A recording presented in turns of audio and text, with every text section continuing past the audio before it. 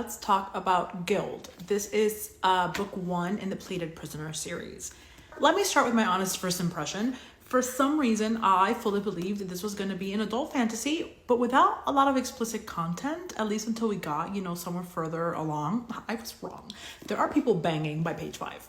We follow this girl named Oren, who literally lives in a gilded cage inside King Midas's castle. He's the one who keeps her there physically, emotionally, completely. And instead of feeling like a prisoner, she is in love with this guy.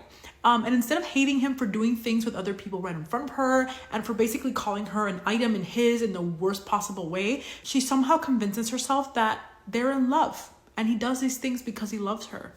Nina, get a grip. Midas basically owns her, and he's not subtle about it. She is his toy, his possession, his object, and she's perfectly fine with that.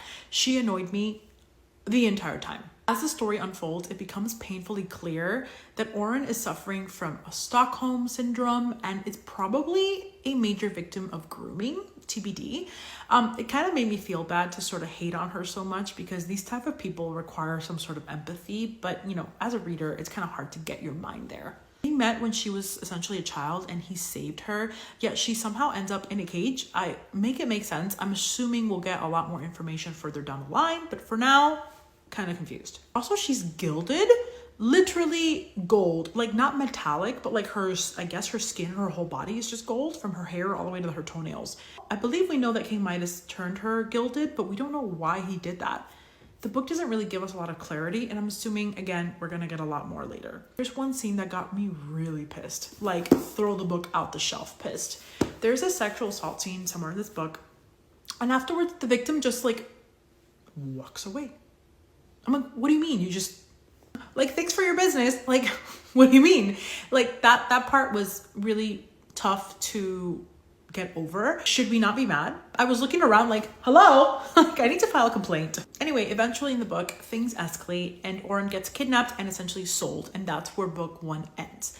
Now, several people have told me to continue this series because Oren supposedly grows a ton in later books and that you're actually meant to dislike her in book 1.